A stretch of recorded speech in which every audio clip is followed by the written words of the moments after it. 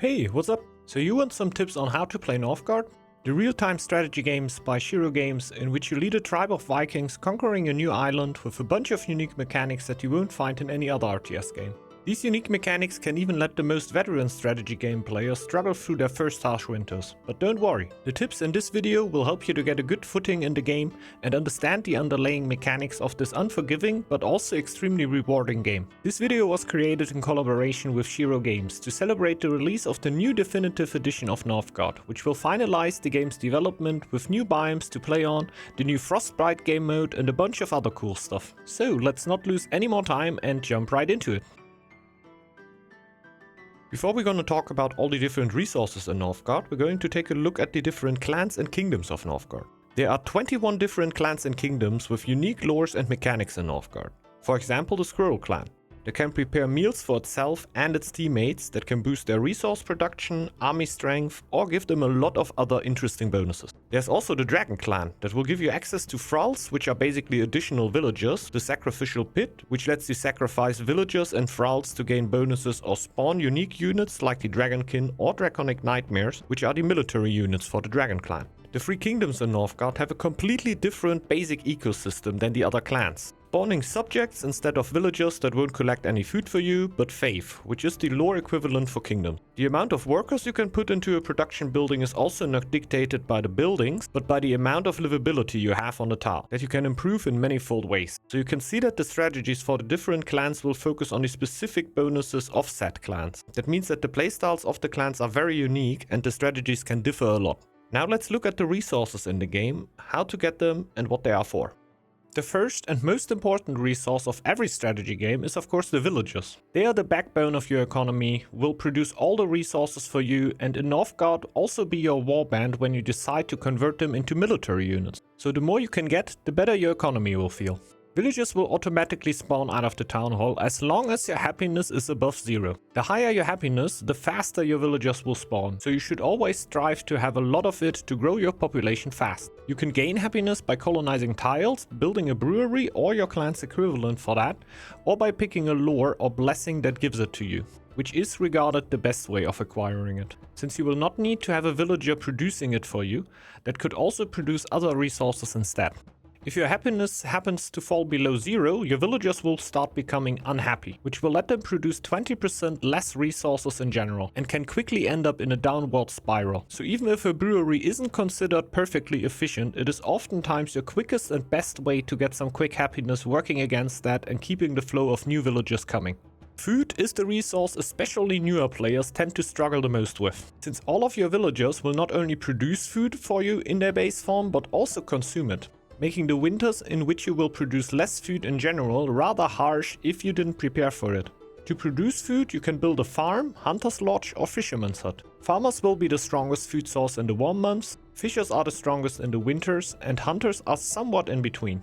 A few months before winter, you should try to get yourself a bit of a food stock so you don't end up in a situation in which you have no food to feed your clansmen and you can't wiggle yourself out of it since the production is reduced. If that happens, your population will start starving and then after roughly 30 seconds start getting sick, losing a big part of their health and end up at the wounded status, letting them produce 20% less resources compared to their non-wounded counterparts. The same thing will happen if you don't have any wood in stock anymore. Your villagers will first start freezing and then get sick after 30 seconds. While wood tends to be less of a problem since the amount of firewood your villagers need to survive will of course rise throughout the cold winter months, but your production will stay just as strong as in summer, making a quick fix in winter a lot easier than with food. You should still strive to have a strong wood production anyway though, since it is needed to expand your eco with new buildings or even upgrading them later on. For your crown economy, you have the choice between merchants and sailors. Long story short, merchants have a higher crown production potential in total, but sailors will also produce some lore or fame for you, which can be extremely helpful for a lot of clans and situations. You will need crowns to pay the upkeep of your buildings, which will start burning if you end up with no crowns in stock and a negative production of them. So it would be wise to always have a strong gold production, not only for the upkeep but also for upgrades and the most important thing, military. There are different win conditions in Northgard than domination, but whatever you plan on doing, you should always have some military around to defend yourself. Because even if you plan on winning the game with a lore or fame victory, your opponents are likely not too thrilled to lose against you and therefore start attacking you. So having some crowns piled up and some warband ready to convert army is the key to a good defense and offense. A little tip from myself would be not to have any army that you made by converting a villager standing around and doing nothing, since they are still consuming food and wood while they are not being beneficial to your eco at all. So even if it seems wasteful, after your army fulfilled their purpose, it can be wise to convert them back into villagers to get a strong eco again. Units like your war chief, bodyguard, or any other unit that can't be converted into a villager are excluded from that rule, since they are not consuming any resources.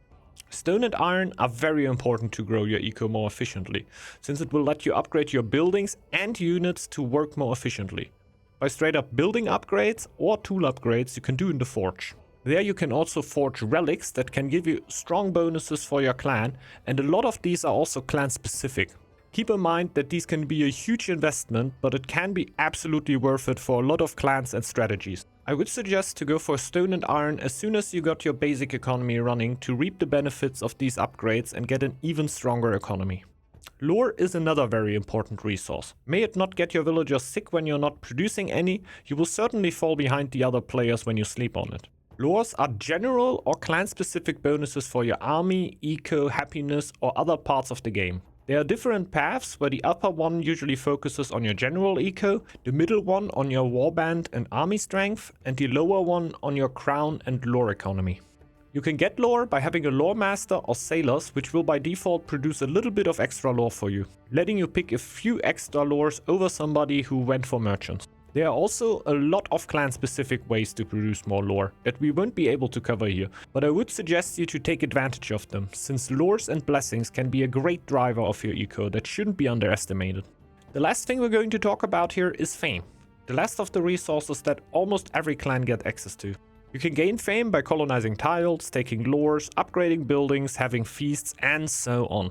There's countless ways to get fame, and you can also check it out by yourself by hovering over your own fame count in the resource bar, which will pop up a window with all the different ways that added up to your current fame count. Fame is used to unlock clan specific bonuses at 200 fame and 500 fame. You can find out what these are for by hovering over the fame count in the player table in the upper left part of your screen. These bonuses are usually very useful and you should try to unlock them when you get the chance. A high fame count is also very important if you want to build the Altar of Kings, which will give you +1 of each resource for every 200 fame you were already able to reach. So if you would have 800 fame, that would mean you would get a +4 bonus on each resource from your altar. We already heard that domination isn't the only way to win the game, and that there are actually quite a few different win conditions in the game that don't require you to take out all of your opponents. There would be the lore victory that can be achieved by taking a specific blessing that will enable you to build the Monument of Gods. The closer you build it towards the middle of the map, the faster you will be able to lock down the lore win, but you also give your opponents an easier time to stop you, since they will have an easier time destroying your monument and setting back the progress you made.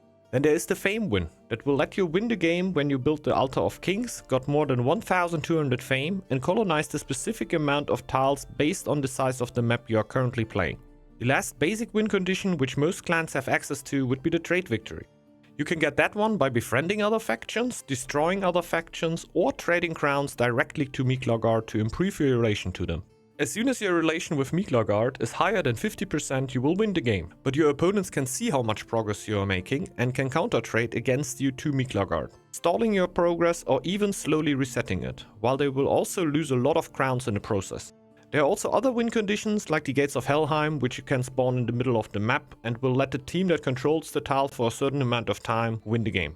And there are also clan specific win conditions like the Banquet of Valhalla for the Squirrel clan, which lets you win the game when you have 8 active cooks and prepare the banquet with 1000 of each ingredient.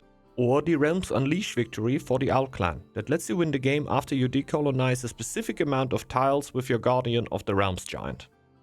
And with this, we come to the end of this little introduction video into Northgard here. I hope you could learn something and that this will help you to get a better start into Northgard and its manifold mechanics of which we barely scraped the surface here.